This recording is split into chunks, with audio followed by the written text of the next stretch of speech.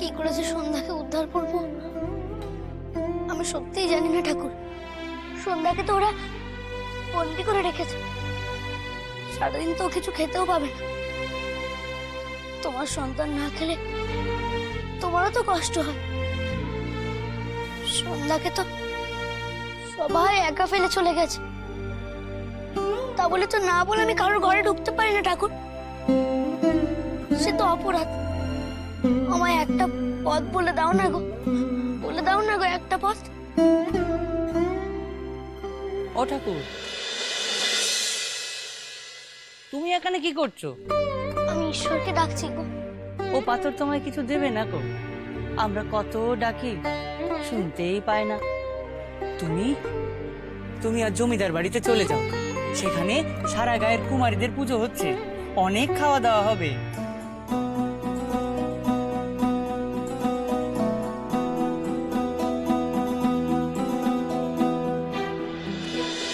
ওমা, কখন যাবে জমিদার বাড়িতে? এই তো যাবো বাবা। তোর গলাটা অমন খালি খালি লাগছে কেন? পুজো দেখতে যাবি, অমন খালি গলায় গেলে হয়?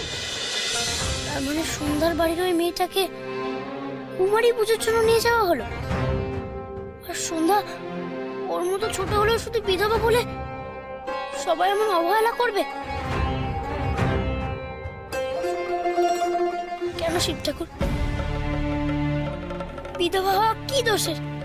কেন এমন বিচার?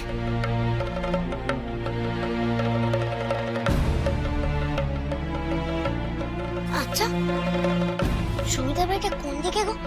আমাকে নিয়ে যেতে পারবে তুমি? ওই দিকে সোজা চলে যাও, আমি তোমায় নিয়ে যেতে পারবো না। আজ সকালেই খাবার চেতে গিয়ে খেদানি খেয়েছি, তুমি আমায় খেতে দিয়েছো বলে একটু উপকার করলাম। আমার জমিদার বাড়িতে ঢুকতে দেবে তো? কেন দেবে না? উঁচু যাক, গিয়ে দেখো গে, তোমায় হয়তো দান ধ্যান করে পুণ্যি কামাবে। আসি গো ঠাকুর।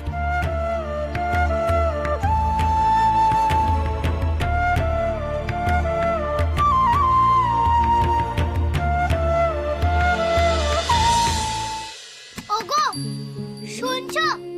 তোমরা আমার দরজাটা খুলে দেবে? এমনি করে কারোর ঘরে আটকা থাকতে ভয় লাগে? ওগো, শুনছো? তো হয় তোমাদের, একটু খুলে দাও। চেঁচিয়ে কোনো লাভ নেই গো, গিন্নিমা দোর খুলতে মানা করেছে। আজ তুমি সারাদিন এই ঘরেই থাকো। লোকনাথ তো আমায় নিয়ে যাবে বলেছিল, ও কেন এখনো এলো না? তুমি তো বলেছিলে আমি ডাকলেই তুমি আসবে। ও লোকনাথ, আমায় নিয়ে যাও না তুমি।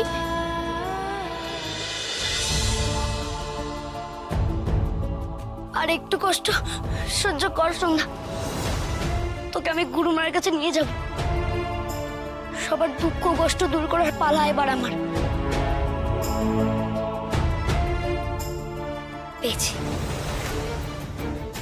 উপায়, আমি পেয়েছি। শিব ঠাকুরকে উপায় বের করার কথা বললেই তো তিনি মানুষের মুখ দিয়ে আমাকে উপায় বলিয়ে দেন।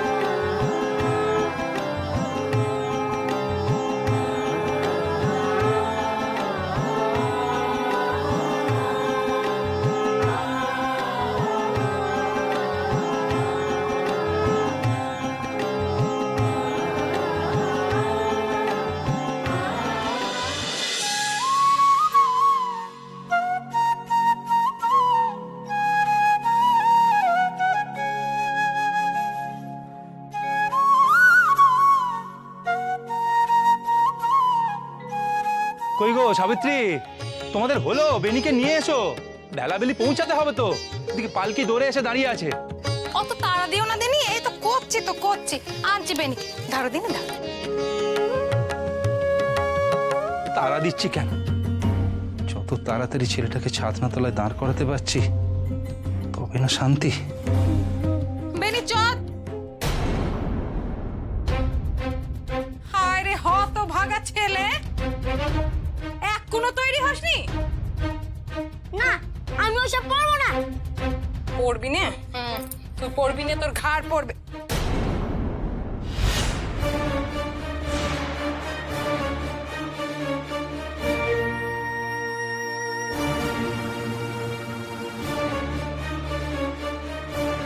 সর্বনাশ! আরে জোরে দুধে চিল্লি কি কর?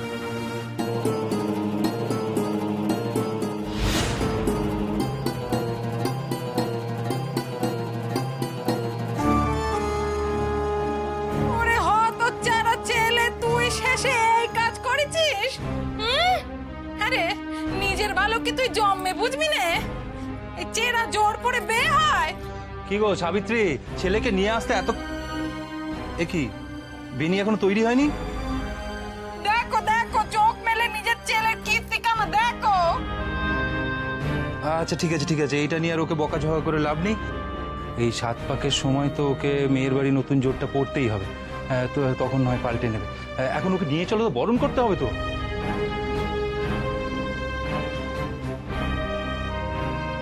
শিব ঠাকুর, আমাকে রক্ষা করো গো। আয় ছাড়ো, বাইরে আয়।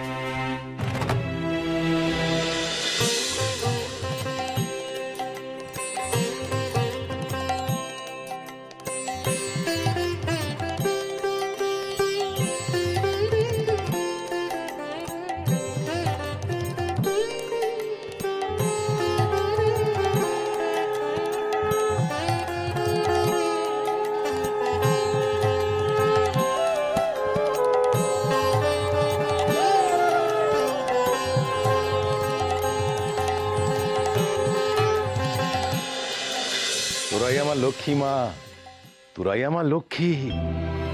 তোদের আশীর্বাদে আজ আমার এই জমিদারি।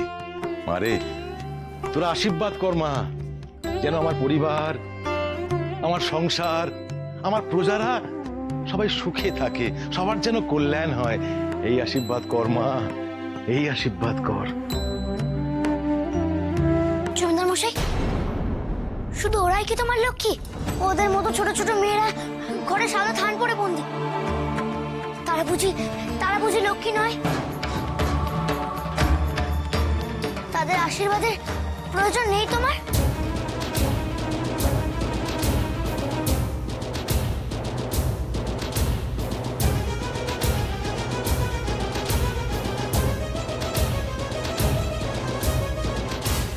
আমার সামনে দাঁড়িয়ে এভাবে কথা বলার সাহস এই গায়ে কারো নেই। আর তোমাকে দেখে মনে হচ্ছে তুমি ভিন গায়ের ছেলে, তাই বুঝি তুমি না জেনে বুঝে এত বড় কথা তুমি বলতে পারছো আমার সামনে দাঁড়িয়ে। এ গায়ে সব মেয়েদের লক্ষ্মী বলে মানা হয়, কোনো মেয়ের কোনো রকম অনাদর হয় না। সর্বনাশ, এ ছেলে এখানে এলো কি করে? মাফ করো জমিদার মশাই, আমি এই গ্রামে থাকি না ঠিকই, আমার বন্ধু এই গ্রামে থাকে। ওদের মতনই ছোট। আমি এই গ্রামে এসেছিলাম ওর সঙ্গে দেখা করার জন্য, কিন্তু এসে যা দেখলাম তাতে যে তোমার বলা কথা মিথ্যে হয়ে যাচ্ছে জমিদার মশাই। এই তুই কে রে? তুই কে? তোর এত বড় সাহস? হ্যাঁ, তুই জমিদার মশাইয়ের কথায় মিথ্যে বলছিস? থামো তুমি।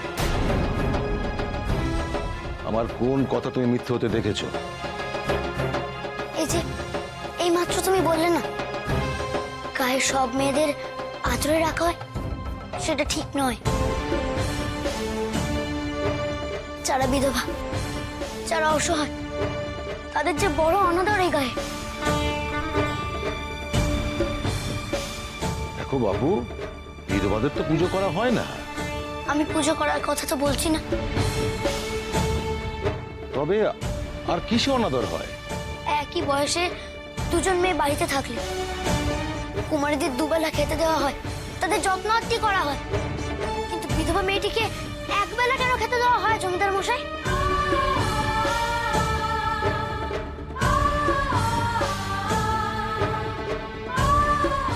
কেন তাদের হাড় ভাঙা খাটতে হবে একবেলা দুটো অন্ন জোগাড় করার জন্য?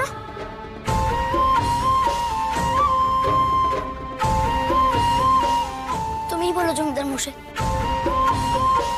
তার কি প্রাণ নেই? সেও তো মানুষ। বিধবা বলে কি তার শখ আহ্লাদ সুখ কিচ্ছু নেই? তার শরীরে কি ক্লান্তি থাকতে পারে না জমিদার মশাই? কুমারী আর বিধবাকে এখনো ওর বর মরেছে, তা তোর কপালের দোষে। ওকে তো কষ্টভোগ করতেই হবে। বিধবা হওয়ার জন্য তার কি দোষ?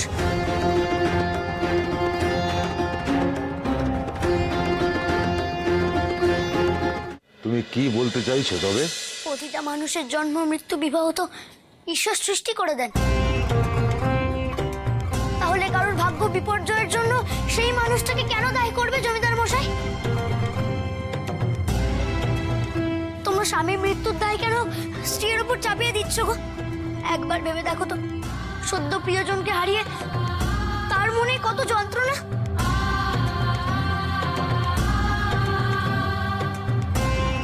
তোমরা তো নিয়মের দোহাই দেখিয়ে তাকে একবেলা খেতে দিয়ে সাদা ধান পুড়িয়ে রেখে মাটিতে শুয়ে তার কষ্টের উপর আরো কষ্ট চাপাচ্ছ। কাউকে কষ্ট দিলে যে পাপ হয় গো।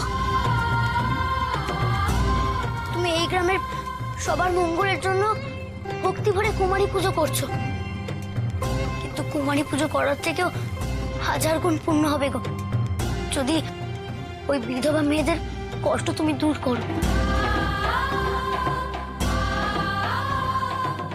বলো, এবার তুমিই বলো, তুমি কি করবে? সদবা হোক, বেদবা হোক, কিংবা কুমারী, আমি যদি জানতে পারি যে আমার গায়ে কোনো বাড়িতে কোনো ছোট মেয়ের প্রতি অন্যায় হচ্ছে, অত্যাচার হচ্ছে, অনাদর হচ্ছে, আমি তার বিরুদ্ধে ব্যবস্থা নেব। হ্যাঁ, নেবই। ওনার বাড়ির মেয়েকে তুমি পুজো করছো, কিন্তু ওনারাই তো তাদের বিধবা ছেলের বউকে কষ্ট দেয়, তার উপর অত্যাচার করে।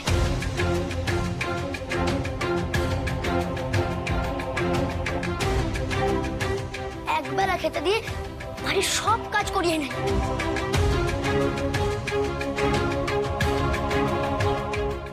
সে কি, এমন তো জানতাম না। তুমি আমাকে সবটা খুলে বলো।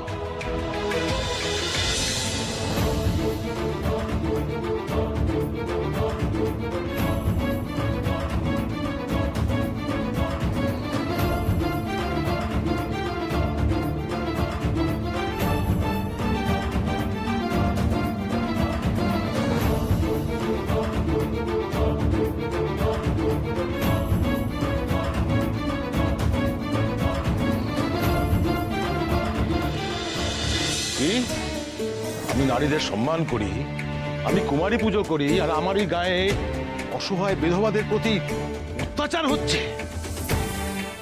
না না, আমি সহ্য করব না। মহেশ, এই ছেলেটার কথা বিশ্বাস করবেন না জমিদার বাবু, ও মিথ্যাবাদী। ওই কাল আমাদের বউকে নিয়ে পালিয়েছিল। না, তোমাদের অত্যাচার সইতে না পেরে সে নিজেই পালাচ্ছিল। বিশ্বাস না হয় ওকে গিয়ে জিজ্ঞেস করবে, চলো। বেশ, আমি এক্ষুনি যাব মহেশের বাড়িতে। আমি নিজে গিয়ে বাচ্চা মেয়েটির সঙ্গে কথা বলবো। চলো আমার সঙ্গে, এসো।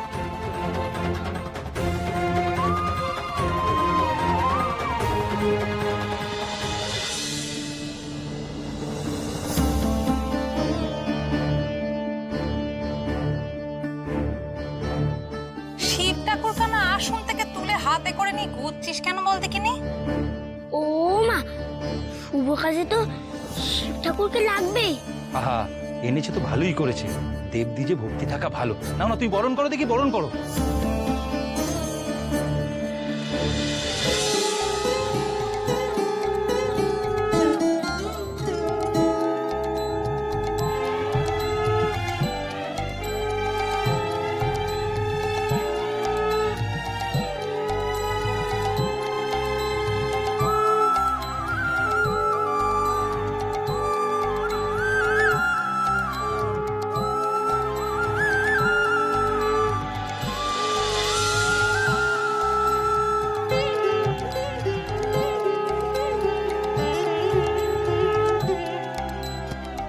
সাবিত্রী, এবার আমাদের রওনা দিতে হয়।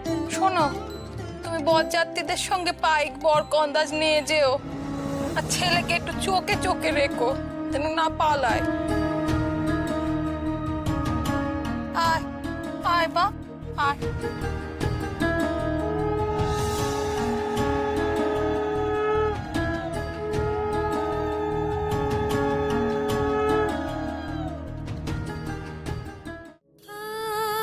আমার যে খুব খিদে পেয়েছে ঠাকুর, এখনো কেউ দুটি খেতে দিল না। লোকনাথ বলেছিল আমাকে কষ্ট পেতে দেবে না, সে কথা কেউ ভুলে গেল। তোকে সারা জীবন আমাকে এখানেই থাকতে হবে। ও লোকনাথ, তুমি কোথায় গেলে? এই দেখো, এই ঘরে ওরা সন্ধ্যাকে বন্দি করে রেখেছে গো।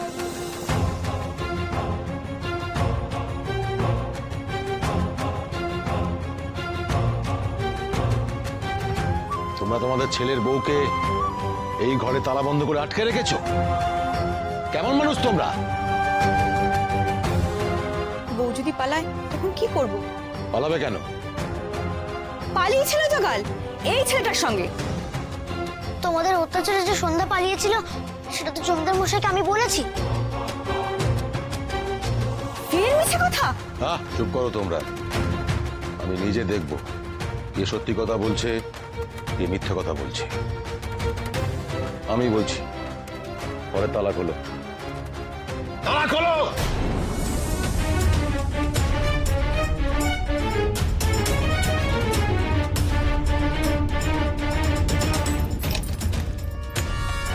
নিশ্চয়ই লোকনাথ এসেছে আমায় নিতে।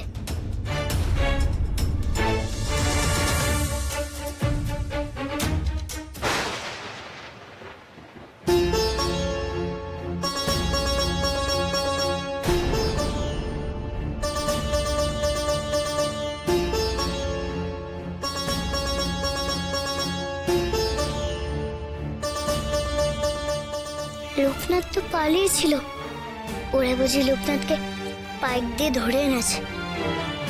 সন্ধ্যা মা, মা তোমার কোনো ভয় নেই মা, তুমি এসো, এসো বাইরে, এসো বাইরে, এসো এসো এসো এসো এসো এসো এখানে এসো। তোমাকে দেখে মনে হচ্ছে তুমি খুবই খুবই ভয় পেয়ে গেছো। তোমার কোনো ভয় নেই, তুমি সব ঘটনা আমাকে খুলে বলো, বলো মা। আচ্ছা সন্ধ্যা, এরা কি তোমাকে খুব কষ্ট দেয়? তোমার উপর অত্যাচার করে?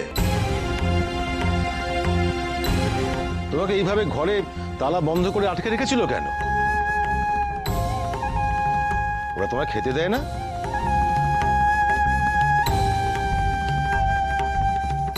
ভয় পাস না সন্ধ্যা, জমিদার মশাই যা জানতে চাইছে সেটা জমিদার মশাইকে বলে দে। জমিদার মশাই তো এই গ্রামের রক্ষাকর্তা। ও আবার কি বলবে? আপদ একটা। ওর জন্যই তো আমার সংসারে এত অশান্তি। আমি যা বোঝার বুঝে গেছি, আমার কিছু বলতে হবে না। এই মেয়েটি এখানে খুবই অযত্নে ছিল। এরপর যদি এই ছোট মেয়েটির আদর যত্নে কোনো রকম ত্রুটি হয়, কোনো রকম অনাদর হয়, তাহলে আমি তোমাদের কড়া শাস্তি দেব, এটা মাথায় রেখো। মাফ করবেন জমিদার মশাই, এই মেয়ের জন্যই আমার ছেলে মরেছে।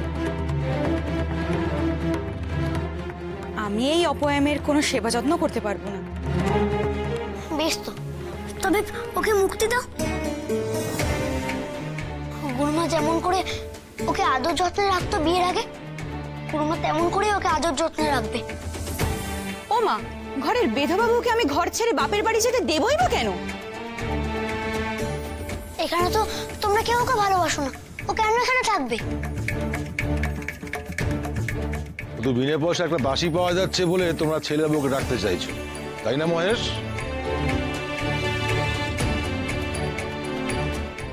লোকনাথ, আমি তোমাকে বলছি, তুমি সন্ধ্যাকে নিয়ে যাও।